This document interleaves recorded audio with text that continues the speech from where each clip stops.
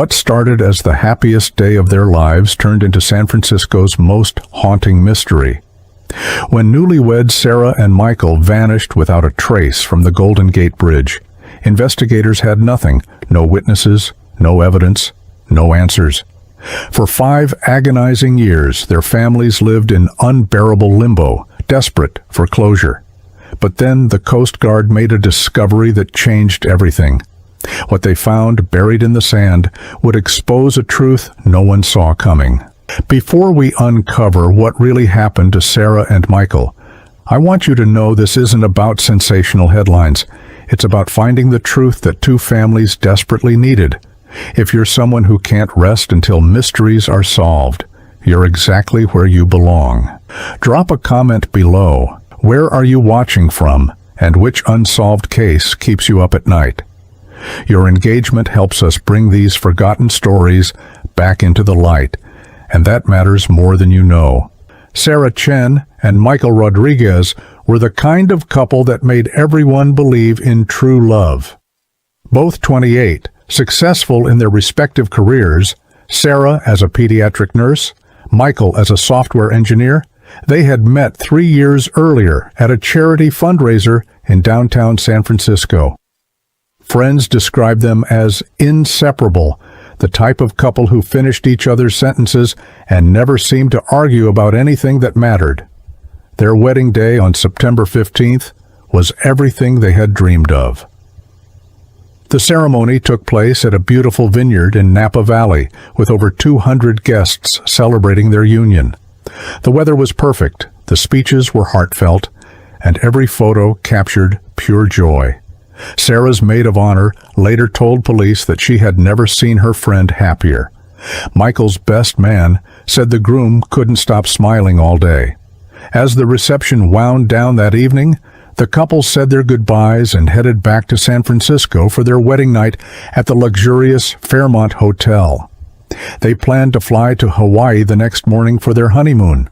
Little did anyone know this perfect day would be the last time anyone would see them alive. The Golden Gate Bridge held special significance for Sarah and Michael. It was where Michael had proposed 18 months earlier, on a foggy morning that had cleared just as he dropped to one knee. They often walked across the bridge on weekends, taking photos and talking about their future together. Sarah had posted dozens of pictures of them at various spots along the span, always with captions about how the bridge represented their connection. 2 separate places joined by something beautiful and strong. But the Golden Gate Bridge carries a darker reputation that locals know all too well. It's one of the most recognizable suicide locations in the world, with over 1,700 confirmed deaths since its opening in 1937. The bridge sees millions of visitors each year, making it simultaneously one of the most public and yet most isolated places in the city. On any given day, thousands of people cross it, but somehow individual tragedies can occur without witnesses. The irony wasn't lost on investigators that a place representing hope and connection for Sarah and Michael would become the center of such darkness. What happened next at this iconic landmark would puzzle investigators for years. The last confirmed sighting of Sarah and Michael came from hotel security cameras at the Fairmont at 11:47 p.m. on their wedding night. The footage shows them entering the elevator, still in their wedding attire. Sarah in her reception dress, a shorter, more comfortable version of her ceremony gown, and Michael in his wedding suit, but with his tie loosened. They appeared happy, laughing about something as the elevator doors closed. What makes this sighting so crucial is what happened next. According to hotel records, they never returned to their room that night. Their luggage remained untouched, their Hawaii flight was missed, and their rental car was found the next morning in the Golden Gate Bridge parking area. The car was locked, with Sarah's purse inside containing her phone, wallet, and the small bouquet she had carried during the bouquet toss. Security cameras near the bridge showed their rental car arriving at 12:23 a.m., but the lighting and angle made it impossible to clearly see who was inside or what happened after the car parked. After this moment, Sarah and Michael simply vanished into thin air, leaving behind only questions. It was Sarah's sister Jennifer who first realized something was wrong. She had planned to meet the couple for brunch before their flight, a tradition they had maintained since college. When they didn't answer their phones or respond to texts, Jennifer went to their hotel room. Hotel staff confirmed the couple had never returned, and their luggage sat exactly where housekeeping had placed it the night before. The transition from concern to panic happened quickly. Jennifer called Michael's family, who immediately tried reaching him. His parents drove to San Francisco from their home in San Jose, arriving at the hotel within 2 hours. By 2 p.m., when the couple had officially missed their flight to Hawaii, everyone knew something was terribly wrong. Sarah's parents called the police from their home in Portland, demanding an immediate investigation. The couple's friends began calling hospitals, checking social media, and driving around the city looking for any sign of them. The hotel staff reviewed security footage, confirming that Sarah and Michael had left the building but never returned. But what police found at the bridge would make this case unlike any other missing persons investigation. When officers arrived at the Golden Gate Bridge parking area, they found the couple's rental car exactly where security cameras had recorded it arriving. The car was locked, with no signs of forced entry or struggle. Inside, they discovered Sarah's purse, both of their phones, Michael's wallet, and, most heartbreakingly, Sarah's wedding bouquet from the reception. Still fresh, a symbol of joy now overshadowed by mystery.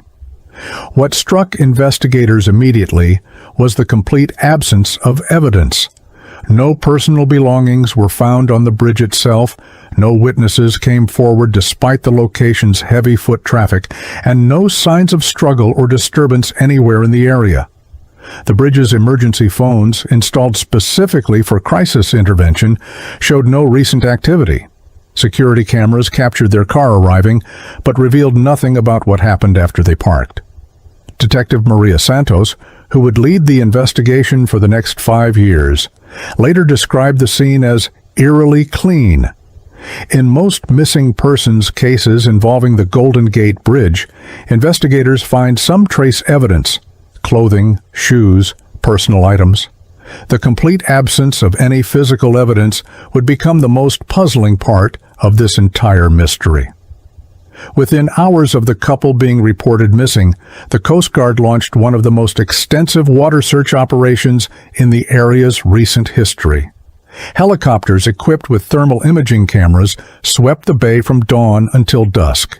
Coast Guard cutters deployed sonar equipment to scan the depths below the bridge. Professional dive teams explored the waters where currents typically carry objects and, tragically, bodies. The search operation expanded daily as hope for finding the couple alive diminished. Volunteers joined the professional rescue teams, covering miles of coastline on foot. The marine headlands, Angel Island, and beaches throughout the Bay Area were systematically searched. Local fishing boats and pleasure craft joined the effort, their captains scanning the waters they knew so well. After 72 hours of continuous searching, the critical window for water rescues, the operation shifted from rescue to recovery. But even the recovery efforts yielded nothing. Despite the largest search operation in the area's recent history, it was as if Sarah and Michael had never existed. The emotional toll on both families was immediate and devastating. Sarah's parents, Robert and Linda Chen, flew down from Portland and essentially moved into a San Francisco hotel, refusing to leave until they had answers. Michael's parents, Carlos and Maria Rodriguez, took leave from their jobs to coordinate with investigators and organize search efforts. The families held daily press conferences, pleading for any information. They offered a reward that grew from $5,000 to $50,000 as weeks passed. Private investigators were hired when the family felt police efforts weren't enough. Jennifer Chen quit her job in Portland to dedicate herself full-time to finding her sister. The waiting was torture. Every phone call could be the news they desperately wanted or the confirmation they feared. Sleep became impossible. Eating felt wrong when Sarah and Michael might be somewhere needing help. The families aged years in just weeks, their faces showing the strain of grief without closure. But as weeks turned to months, a disturbing pattern began to emerge that no one had noticed before. Detective Santos began investigating other missing persons cases near the Golden Gate Bridge, looking for any connection to Sarah and Michael's disappearance. What she found was troubling. Over the past 5 years, 7 other people had gone missing in the general area, their cases also remaining unsolved. Were these random tragedies, or was something more sinister happening? The investigation expanded to include possible serial predator theories. Could someone be targeting couples or individuals near the bridge? The FBI was consulted, and a behavioral analysis unit reviewed all 8 cases for patterns. Investigators looked into organized crime connections, wondering if the couple had somehow been targeted for reasons they couldn't yet understand. But each theory fell apart under scrutiny. The other missing persons had different demographics, different circumstances, and different timelines. There was no evidence of a serial killer, no connection to organized crime, and no apparent motive for anyone to harm Sarah and Michael. Just when investigators thought they had a breakthrough, everything they believed about this case was about to change. The first anniversary of Sarah and Michael's disappearance brought renewed media attention and a memorial service that hundreds attended. Friends from college, co-workers, and people who had never met the couple but were moved by their story came together at the exact spot where Michael had proposed. Flowers, photos, and handwritten notes covered the sidewalk. Linda Chen spoke through tears about her daughter's compassion as a pediatric nurse, how Sarah had dedicated her life to helping sick children. Carlos Rodriguez shared memories of his son's love for technology and his dream of starting a foundation to provide computers to underprivileged kids. The memorial was both beautiful and heartbreaking, a celebration of lives that seemed to have ended far too soon. New tips came in after the anniversary coverage, but each one led nowhere. Someone thought they saw the couple in Los Angeles 6 months after the disappearance. Another caller was certain they were living under assumed names in Oregon. Every lead was investigated thoroughly, but none provided the breakthrough everyone desperately needed. What they didn't know was that the ocean was slowly preparing to give up its secrets. Years 2, 3, and 4 passed with diminishing hope. The case officially went cold, though Detective Santos never closed the file. She reviewed it every few months, hoping new technology or a fresh perspective might reveal something previously missed. The families continued their private searches, hiring new private investigators and following up on tips that still trickled in occasionally. Other cases demanded police attention, and resources had to be allocated where they could do the most good. The media moved on to newer mysteries. Social media posts about Sarah and Michael became less frequent, then stopped altogether except for anniversary remembrances. By year 5, everyone had given up hope, everyone except the tide itself. Coast Guard Petty Officer First Class David Martinez had been patrolling the Northern California coastline for 8 years. His routine morning patrol on March 3rd started like hundreds of others, checking for vessels in distress, monitoring marine traffic, and scanning the beaches for anything unusual that might have washed ashore overnight. The weather had been particularly rough the week before, with winter storms bringing heavy waves and strong currents that often revealed items long hidden beneath the sand. Martinez had found everything from pieces of old shipwrecks to modern debris during his patrols, but he always approached each discovery with professional curiosity. That morning, the tide was lower than usual, exposing sections of beach that were typically underwater. The conditions were perfect for finding objects that the ocean had been hiding, sometimes for years. Officer Martinez had patrolled this stretch of beach hundreds of times, but what he spotted partially buried in the sand that morning would haunt him forever. At first, it looked like typical beach debris, something white and artificial, sticking up through the sand about 50 yards from the waterline. Martinez had seen everything from plastic bottles to pieces of fiberglass wash up on these shores. But as he approached the object, something about its shape and color made him pause. The way the morning light hit it, the deliberate curve of its form, this wasn't random garbage. As he bent down for a closer look, Martinez realized he was staring at a woman's high-heeled shoe. Not just any shoe, an elegant white satin pump, the kind worn to formal events. Despite being buried in sand and exposed to salt water for years, the shoe was remarkably preserved, protected by the very sand that had hidden it. As he carefully brushed sand away from the heel, Martinez realized he was staring at evidence from a case everyone thought was unsolvable. The shoe was beautiful, expensive, and heartbreakingly delicate. Martinez had attended enough Coast Guard briefings about missing persons to know that footwear, especially distinctive footwear, could be crucial evidence. He immediately called for backup and began establishing a perimeter around the discovery site, following protocol for potential evidence recovery. But this single shoe was only the beginning of what the ocean had been hiding. As Martinez waited for the forensic team, he began a careful visual search of the surrounding area. About 20 feet away, partially buried under driftwood and seaweed, he spotted fabric. Dark fabric that looked like it could be from a man's formal suit. Then more white fabric, this time looking like it could be from a dress or formal gown. Each discovery sent chills down Martinez's spine. He knew exactly which case these items might relate to. Every Coast Guard officer in the region knew about Sarah and Michael Chen Rodriguez, the newlyweds who had vanished from the Golden Gate Bridge 5 years earlier. The items scattered across this stretch of beach told a story that the ocean had been keeping secret since 2018. Within an hour, the beach was filled with investigators, forensic specialists, and crime scene photographers.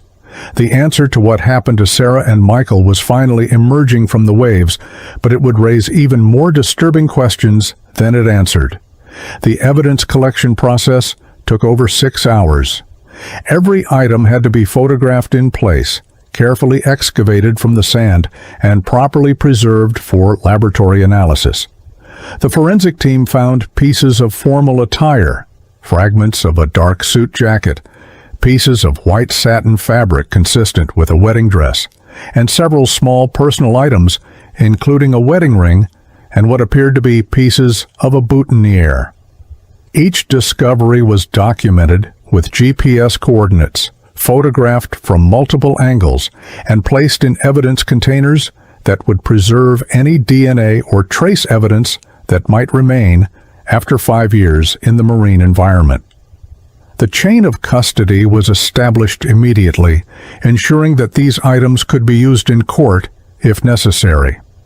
Initial field analysis suggested these items had been in the water for several years, consistent with the timeline of Sarah and Michael's disappearance. The condition of the fabrics and the way they had been preserved by sand and salt water would provide crucial information about how long they had been submerged and how they had traveled through the bay's complex current system. What the forensic analysis revealed would turn this missing persons case into something far more sinister. Detective Santos received the call she had been hoping for and dreading for 5 years. Evidence had been found that likely belonged to Sarah and Michael Chen Rodriguez. She immediately contacted both families, knowing that this news would bring both relief and renewed anguish. After 5 years of not knowing, they would finally have some answers, but answers that might be harder to bear than the uncertainty. The family's reactions were exactly what Santos expected. Tears of relief mixed with tears of grief. Linda Chen collapsed when she heard about the white satin shoe. She had helped Sarah pick out those exact shoes for the wedding, spending an entire day shopping to find the perfect pair. Carlos Rodriguez asked to see the suit fabric, recognizing immediately the distinctive fabric pattern from the suit they had helped Michael select for his wedding. The discovery meant their loved ones were truly gone, but it also meant the case was active again. For the first time in years, there was hope for answers, for justice, for understanding what had really happened that night. But identifying the items was only the first step in uncovering what really happened that night. The forensic laboratory at the California Department of Justice became the center of intense activity as scientists began analyzing every piece of evidence recovered from the beach. DNA extraction from fabric that had been submerged in salt water for 5 years was challenging, but not impossible. Advanced techniques allowed investigators to recover genetic material that could definitively identify the item's owners. Fabric analysis revealed details about how the clothing had been damaged. Tears in the suit jacket weren't consistent with natural decomposition. They appeared to have been made by a sharp instrument. The wedding dress fabric showed similar unusual damage patterns. Environmental analysis of salt deposits and marine growth on the items helped establish how long they had been in the water and approximately where they had entered the bay. Most significantly, microscopic analysis revealed trace evidence that didn't belong in a marine environment: soil samples, plant material, and other substances that suggested these items had been on land, possibly buried, before entering the water. The lab results would soon reveal details that made investigators question everything they thought they knew. News of the evidence discovery spread quickly through social media and traditional news outlets. The story that had captivated the public 5 years earlier was front-page news again. Cable news networks devoted entire segments to the case, bringing in experts to discuss what the discovery might mean for the investigation. Public interest was intense and immediate. The Golden Gate Bridge became a pilgrimage site for people following the case, with flowers and notes appearing daily at the spot where Michael had proposed to Sarah. Social media exploded with theories, speculation, and renewed calls for justice. The hashtag Finding Truth began trending as people shared their own theories about what might have happened. While the public focused on the emotional aspects of the discovery, investigators were quietly uncovering evidence that suggested something much more calculated than a tragic accident or impulsive decision had occurred that wedding night. 3 days after the evidence discovery made headlines, Detective Santos received a call that would change the entire direction of the investigation. A woman named Patricia Hoffman contacted the police tip line, saying she had information about Sarah and Michael that she had kept secret for 5 years. Patricia explained that she had been walking her dog near Crissy Field, about 2 miles from the Golden Gate Bridge, at around 1:30 a.m. on the night the couple disappeared. She had seen what looked like 2 people struggling near the shoreline, with a third person standing nearby. At the time, she thought it might be friends helping someone who had too much to drink, so she didn't interfere. But after seeing news coverage of the evidence discovery, Patricia realized what she might have witnessed. She described seeing a vehicle with its lights off parked illegally near the beach access road. The struggling had stopped abruptly, and she had seen the third person dragging something toward the water. This witness's account would completely change the direction of the investigation. Patricia's description was detailed and specific. She remembered the third person was wearing dark clothing and appeared to be significantly taller than the other 2 people. She had seen this person making multiple trips between the vehicle and the water's edge, as if moving several objects. The entire incident had taken about 20 minutes, after which the vehicle had left, without turning on its headlights until it reached the main road. Detective Santos immediately ordered a review of all security footage from the area around Crissy Field from that night.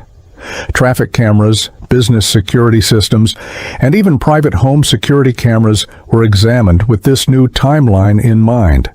What they found in the enhanced footage contradicted everything they believed about that night. Security footage from a traffic camera near the Golden Gate Bridge showed Sarah and Michael's rental car leaving the bridge parking area at 12:31 a.m., just 8 minutes after it had arrived. But enhanced analysis revealed something investigators had missed 5 years earlier. The car's occupancy appeared different when it left than when it arrived. While they couldn't see clearly inside the vehicle, the way it sat on its suspension suggested more weight when departing than when arriving. Additional footage from a camera 2 miles away showed the same rental car arriving at Crissy Field at 12:47 a.m. The timestamp was crucial. It placed the vehicle at the location where Patricia had witnessed the struggle at exactly the time she described. But most importantly, the footage showed the rental car leaving Crissy Field at 1:52 a.m. and returning to the Golden Gate Bridge parking area, where it was found the next morning. The timeline was now clear.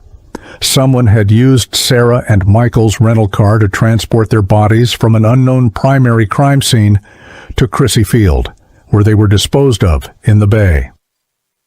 The Golden Gate Bridge location was deliberately chosen to mislead investigators and suggest suicide. The phone records showed something that made investigators realize they'd been looking for the wrong thing all along. Analysis of Sarah and Michael's phone records revealed information that had been overlooked during the initial investigation.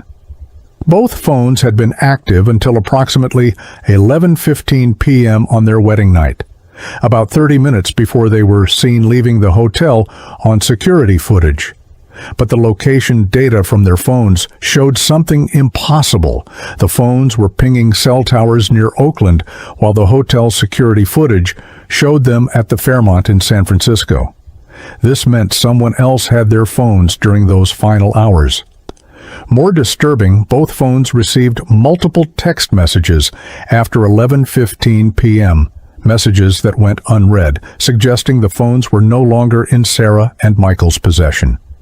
The final phone activity for both devices was recorded at 1:23 a.m. at a location consistent with Crissy Field just minutes before Patricia witnessed the struggle on the beach.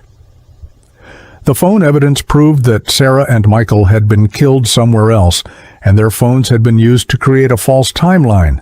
Someone had carefully orchestrated every detail to make it appear the couple had driven to the Golden Gate Bridge and jumped together, when in reality they had been murdered hours earlier at an unknown location. The investigation into Sarah and Michael's financial situation revealed information that added new dimensions to the case. Both had substantial life insurance policies, $500,000 each, which wasn't unusual for a young married couple with good incomes. But what caught investigators' attention was the timing of certain changes to their financial accounts. 3 weeks before the wedding, Michael had updated the beneficiary on his retirement account, changing it from his parents to Sarah. 2 weeks before the wedding, Sarah had increased her life insurance coverage and added Michael as the primary beneficiary. While these changes seemed normal for a couple about to marry, the timing raised questions about whether someone else knew about these policies. Bank records showed no unusual activity in the days before the disappearance, no large withdrawals, and no evidence that either Sarah or Michael was planning to disappear voluntarily. Their financial situation was stable, with significant savings for their age and no debts beyond a reasonable mortgage and car payments. What they discovered in the financial records suggested this wasn't a random tragedy. The insurance angle became more significant when investigators learned that both policies included double indemnity clauses for accidental death, meaning the beneficiaries would receive twice the payout if the deaths were ruled accidental rather than suicide. If Sarah and Michael had jumped from the Golden Gate Bridge together, the deaths would likely be ruled suicide, and the insurance companies wouldn't pay. but if they had been murdered, the policies would pay out the full double amount. Someone had a financial motive worth $2 million to kill Sarah and Michael and make it look like an accident rather than suicide. The insurance investigation was about to reveal the most shocking aspect of this entire case. As investigators dug deeper into the insurance policies, they discovered something that changed everything.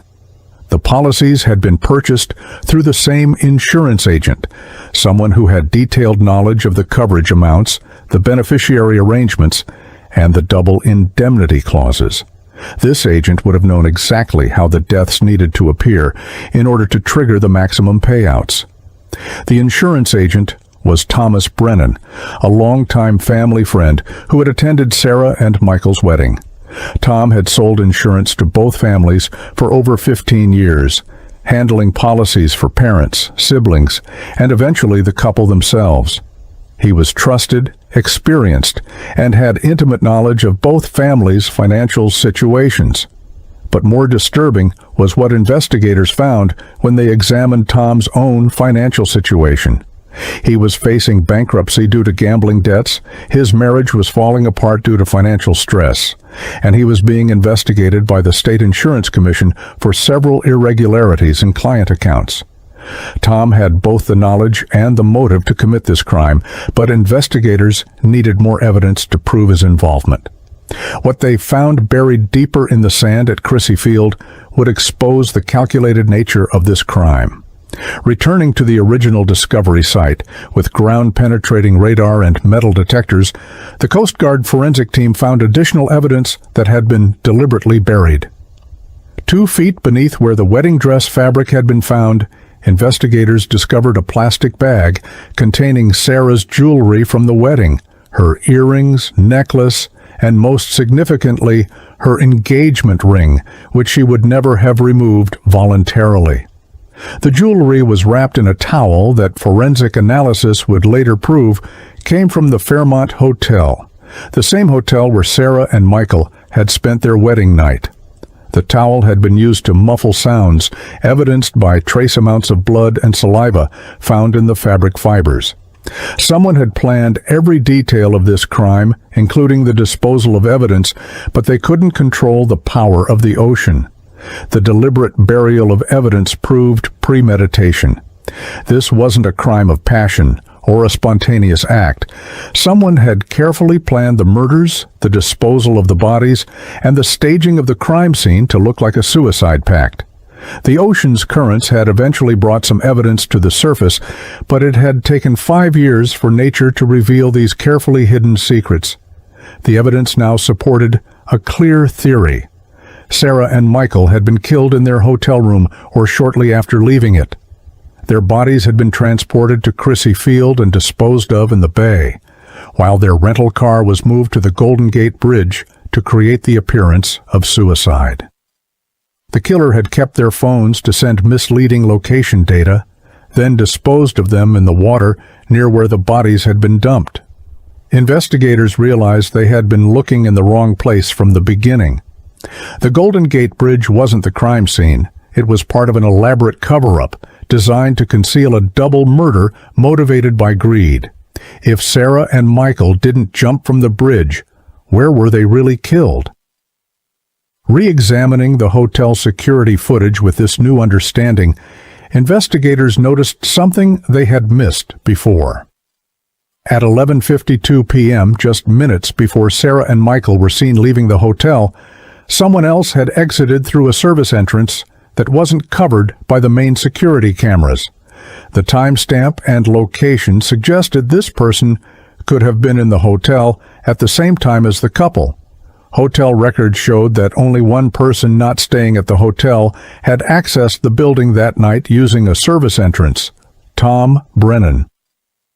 He had claimed to investigators 5 years earlier that he had gone home immediately after the wedding reception, but credit card records showed he had purchased gas at a station near the hotel at 11:35 p.m., 15 minutes before Sarah and Michael were seen leaving for the last time.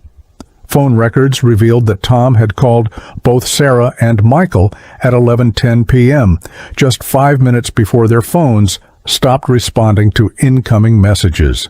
He had told investigators that he was calling to congratulate them again and confirm their insurance coverage was adequate for their honeymoon travel, but the timing now seemed suspicious. Had Tom lured them somewhere under the pretense of handling their insurance paperwork? The real crime scene wasn't the hotel room, and it wasn't the Golden Gate Bridge.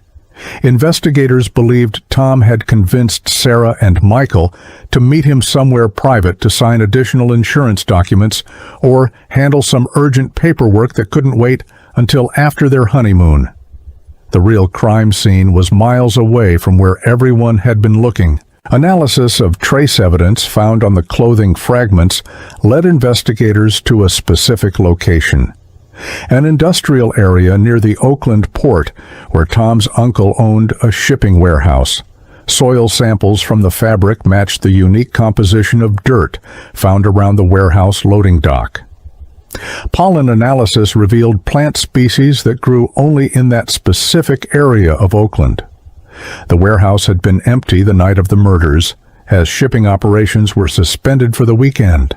Tom had access to the building through his uncle, and it was isolated enough that no one would have heard or seen anything unusual. Investigators believed this was where Sarah and Michael had been killed, probably shortly after 11:30 p.m. when they thought they were meeting Tom for a brief insurance matter. The warehouse's concrete floors and industrial drainage system would have made it easy to clean up evidence, and its proximity to the bay provided convenient access for body disposal. Tom could have killed the couple, loaded their bodies into their own rental car, and driven to Crissy Field to dispose of them in the water before returning the car to the Golden Gate Bridge parking area to complete his elaborate deception. With enough evidence to obtain search warrants, investigators focused their attention on Tom Brennan. He had continued working as an insurance agent after the murders, even handling the life insurance claims for Sarah and Michael's families, a level of calculated cruelty that shocked investigators. For 5 years, Tom had comforted the grieving families while knowing exactly what had happened to their children. Surveillance of Tom revealed suspicious behavior. He made frequent trips to the Oakland warehouse area, sometimes just sitting in his car and staring at the building where he had likely committed the murders. He had also been researching ocean currents and tidal patterns in the San Francisco Bay, information he would need to predict when and where evidence might surface. Most damning was Tom's reaction to news of the evidence discovery. While the families were relieved to finally have some answers, Tom appeared panicked. Surveillance footage showed him visiting a storage unit he rented under a false name, removing several boxes and burning their contents in a remote location. What they observed would finally give them the breakthrough they needed. Investigators decided to approach Tom directly, hoping to provoke a reaction that might lead to additional evidence or even a confession. Detective Santos and FBI agents arrived at Tom's office on a Wednesday morning, ostensibly to ask follow-up questions about the insurance policies and his relationship with the couple. Tom's behavior during the interview was telling. He was nervous, sweating despite the cool temperature, and his story about the night of the murders had changed slightly from his original statement 5 years earlier. Most significantly, he volunteered information about ocean currents that he shouldn't have known unless he had researched them, and he made several references to evidence being impossible to find after so long in the water. When investigators mentioned they had recovered physical evidence from the beach, Tom's reaction was immediate and visceral. He asked specific questions about what had been found and where, information that suggested guilty knowledge rather than innocent curiosity. After 5 years of lies, the truth was finally about to come out. Under increasing pressure during the interview, Tom made several statements that contradicted his earlier accounts. He claimed he had never been to the hotel that night, then admitted he might have stopped by briefly. He said he hadn't spoken to Sarah and Michael after the reception, then acknowledged he might have called them to handle some insurance paperwork. Most significantly, when investigators mentioned the witness who had seen someone disposing of items at Crissy Field, Tom volunteered details about that location that he shouldn't have known. He mentioned specific features of the beach access road and the shoreline that weren't visible from the main road, information only someone who had been there in the dark would possess. While Tom didn't confess outright, his statements provided enough probable cause for an arrest warrant. The partial admissions, combined with the physical evidence and circumstantial proof, convinced prosecutors they could build a strong case. But the suspect's version of events would prove to be just another lie. On March 15th, exactly 12 days after the Coast Guard discovered the first piece of evidence, Tom Brennan was arrested at his office on charges of double murder. The arrest made headlines across the country as news outlets covered the shocking betrayal by a trusted family friend who had allegedly murdered a couple on their wedding night for insurance money. The charges included 2 counts of first-degree murder, fraud, insurance fraud, and tampering with evidence. Prosecutors announced they would seek the death penalty, citing the especially heinous nature of the crime, murdering newlyweds on what should have been the happiest night of their lives. The Coast Guard's discovery had finally brought justice, but the complete truth was still hidden. Public reaction was swift and emotional. Social media exploded with outrage that someone so trusted could commit such a betrayal. The insurance industry faced scrutiny about safeguards and oversight. Most importantly, Sarah and Michael's families finally had someone to hold accountable for their unimaginable loss, though they also had to grapple with the knowledge that someone they had trusted had been their children's killer all along. Tom Brennan hired one of California's most experienced criminal defense attorneys, someone known for handling high-profile murder cases. The defense strategy became clear during pre-trial motions. They would argue that the evidence was circumstantial, that other suspects hadn't been adequately investigated, and that the ocean environment had compromised the forensic evidence beyond reliable analysis. Prosecutors spent months preparing their case, organizing evidence chronologically and scientifically to tell the story of what had happened that night. They interviewed hundreds of witnesses, prepared forensic experts to testify about the evidence, and worked with oceanographers to explain how the currents had carried evidence from Crissy Field to the discovery site 5 years later. Media attention was intense, with legal analysts predicting this would be one of the most closely watched trials in recent California history. The families prepared themselves for the painful process of reliving their trauma in public, but they were determined to see justice served. The trial would reveal details that made this case even more shocking than anyone imagined. The trial began on a rainy Monday morning in San Francisco Superior Court. Judge Patricia Walsh presided over a courtroom packed with family members, media representatives, and members of the public who had followed the case for years.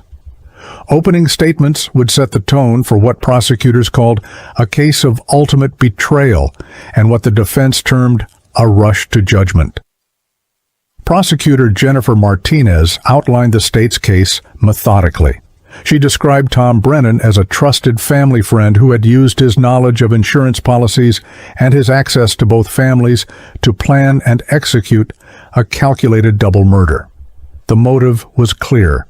Financial desperation driving him to kill 2 innocent people for insurance money he would never have received directly, but could have accessed through various fraudulent means. The defense attorney, Robert Chen, no relation to Sarah's family, argued that the state's case was built on speculation and circumstantial evidence. He claimed that other suspects, including possible serial killers or random criminals, hadn't been adequately investigated. Most controversially, he suggested that Sarah and Michael might have been victims of human trafficking, taken alive and later killed elsewhere. But the defense had a surprise that would complicate everything. The prosecution began with forensic evidence, calling oceanographers to explain how evidence could remain hidden for 5 years before surfacing. DNA experts testified about recovering genetic material from items submerged in saltwater.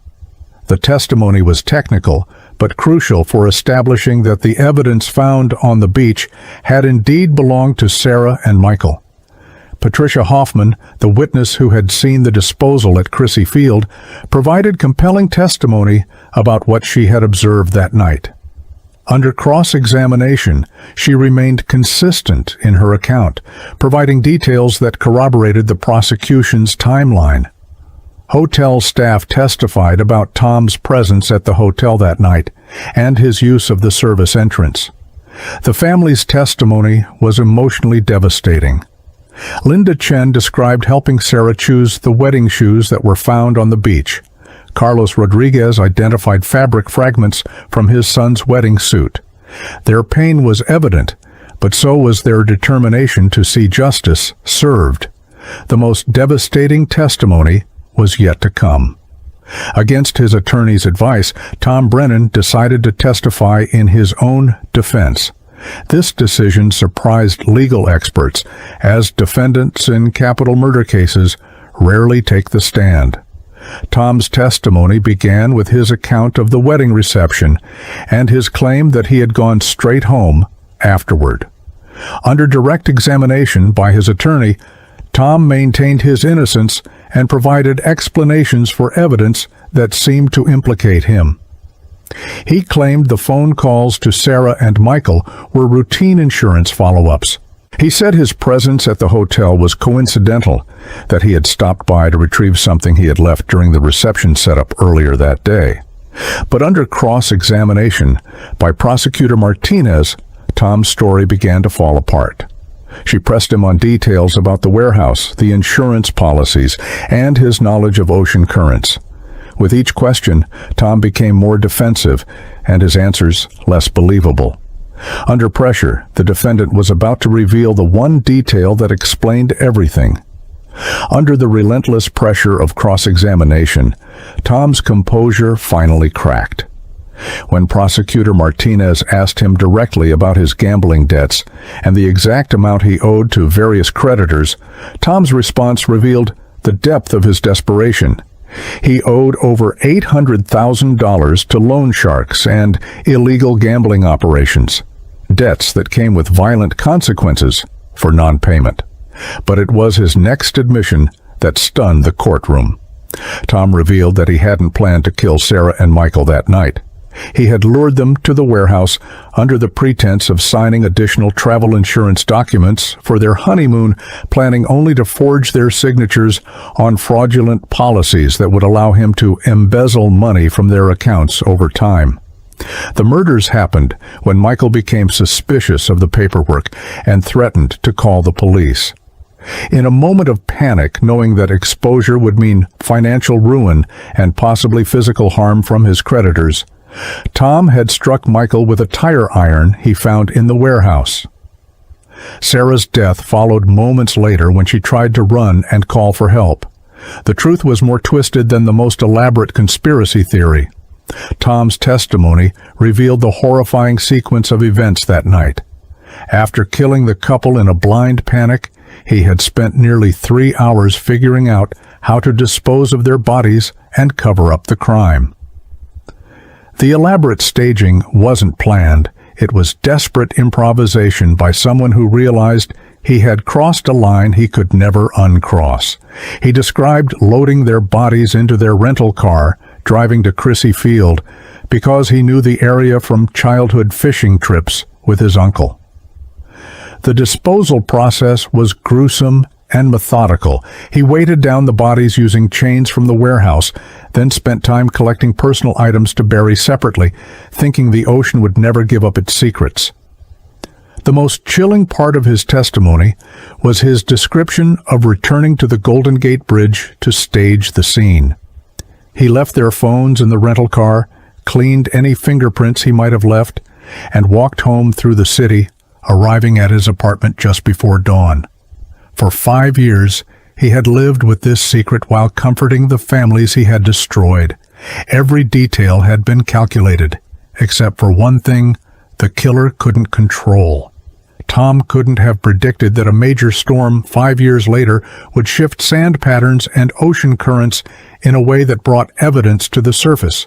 He couldn't have known that his careful burial of evidence at Crissy Field would eventually be undone by natural forces beyond his control. Nature itself had become the ultimate detective in this case, slowly but inevitably revealing the truth he thought he had hidden forever. The prosecution used oceanographic experts to explain how the evidence had traveled through the bay system over 5 years. Currents, tides, and seasonal storm patterns had gradually moved items from the original disposal site to where they were discovered. The ocean had preserved evidence in sand and salt that would have degraded on land, ultimately providing the key to solving what had seemed like a perfect crime. Even the timing of the discovery wasn't random. The Coast Guard expert testified that the combination of winter storms and unusual low tides created the exact conditions needed for buried evidence to surface. Tom had counted on the ocean keeping his secrets forever, but the same waters that had hidden his crime eventually exposed it. After 3 days of deliberation, the jury returned with their verdict. Tom Brennan was found guilty on all counts, 2 counts of first-degree murder, insurance fraud, and tampering with evidence. The courtroom erupted in a mixture of relief and grief as the families finally heard the words they had waited 5 years to hear: guilty. The jury foreman later told reporters that Tom's own testimony had sealed his fate. His detailed knowledge of the crime scene, combined with the physical evidence and witness testimony, left no reasonable doubt about his guilt. The defense's attempts to suggest alternative theories had fallen flat when confronted with the overwhelming evidence of Tom's involvement. Judge Walsh scheduled sentencing for 2 weeks later, but the families knew they had achieved what they had fought for since that horrible night 5 years ago. Justice had finally been served, though it could never bring back Sarah and Michael or erase the pain of their loss. But even with justice served, one final revelation would change how everyone viewed this case. At sentencing, Judge Walsh delivered a life sentence without the possibility of parole, noting the especially heinous nature of the crime and the betrayal of trust involved. She spoke directly to Tom about the magnitude of his actions. Not just the murders themselves, but the 5 years of deception that followed, during which he had pretended to comfort the very families he had destroyed. The impact statements from both families were heart-wrenching. Linda Chen spoke about the sleepless nights, the constant wondering, the hope that gradually turned to despair. Carlos Rodriguez described how the uncertainty had torn their family apart, how they had blamed themselves for not protecting their son. Both families expressed relief that the truth was finally known, even though it came at such a terrible cost. Tom's final words to the court were brief and seemed inadequate given the magnitude of his crimes. He apologized to the families, claiming he thought about Sarah and Michael every day, and that he would spend the rest of his life trying to make amends. The families thought their ordeal was over, but the convicted killer had one last secret to reveal. 2 months after sentencing, Tom contacted prosecutors through his attorney with an offer. He claimed to have information about other unsolved cases in the Bay Area, cases where his knowledge of insurance policies and access to client information might have played a role. He wanted to trade this information for a transfer to a less restrictive prison facility. The revelation that Tom might be connected to other disappearances sent shockwaves through the law enforcement community. Investigators began reviewing every case he might have had knowledge of, every client who had gone missing under mysterious circumstances. This confession would reopen investigations into other unsolved cases that had puzzled detectives for years. Tom's lawyer arranged for him to meet with a task force of detectives from multiple jurisdictions. What they learned during these interviews was disturbing. Tom had been targeting clients with substantial life insurance policies for over a decade, though Sarah and Michael were apparently his first victims. His gambling addiction had driven him to increasingly desperate measures, and murder had become his final solution. The investigation into Tom's other potential victims revealed a pattern of suspicious circumstances surrounding several of his clients' deaths over the past 15 years. While many appeared to be accidents or natural causes, the timing and insurance payouts now seemed suspicious. Families of other victims were contacted, and several cold cases were reopened with new scrutiny. The scope of Tom's crimes appeared to be much larger than anyone had initially suspected. He had used his position as a trusted insurance agent to identify potential victims, learn their habits and routines, and in some cases, arrange their deaths to look like accidents. The Golden Gate Bridge case was just the beginning of a much larger investigation into what might have been a serial killer operating in plain sight for over a decade. This case fundamentally changed how missing persons investigations are conducted in the San Francisco Bay Area.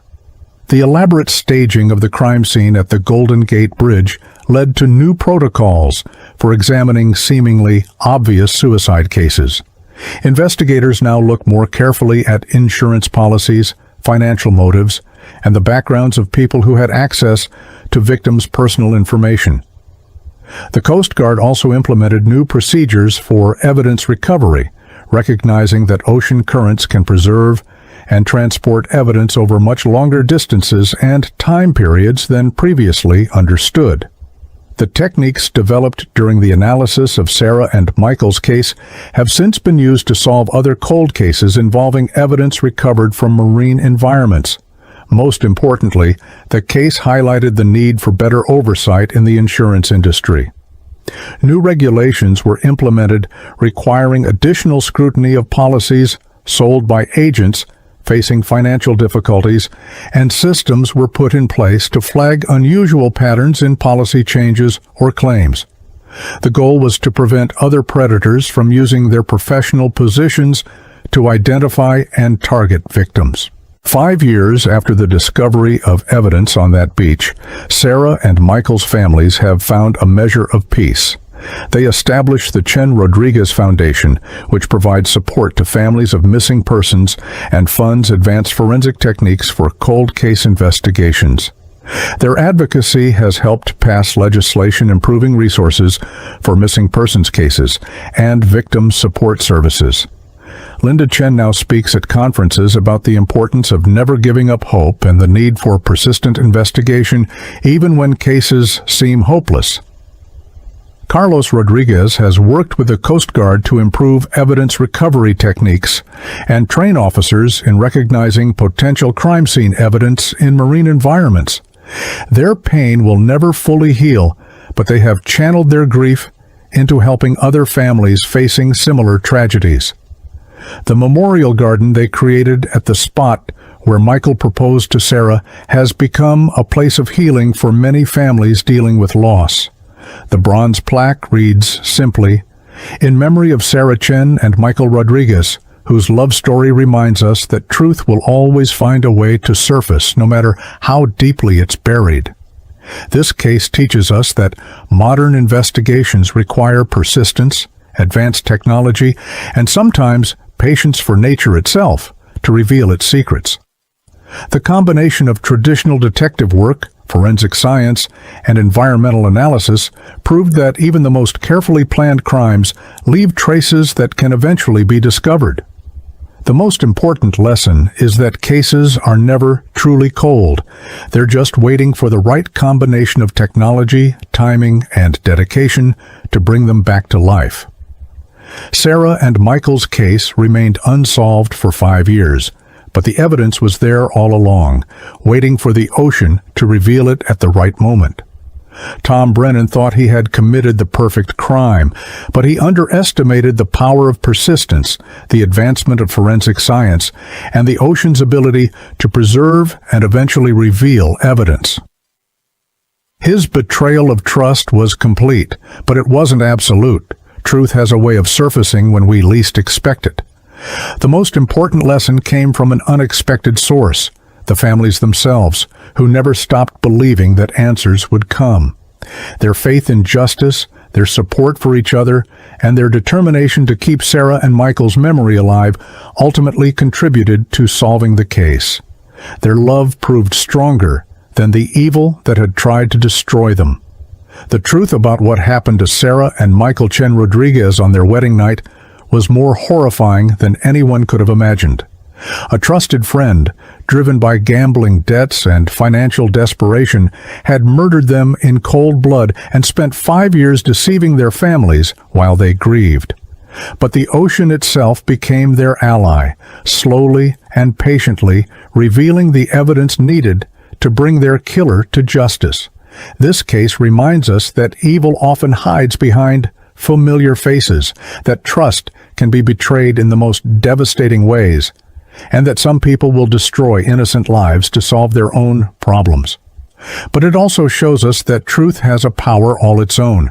It may be buried, hidden, or disguised, but it will eventually find a way to surface. Sarah and Michael's story connects to universal themes of love, trust, betrayal, and ultimate justice.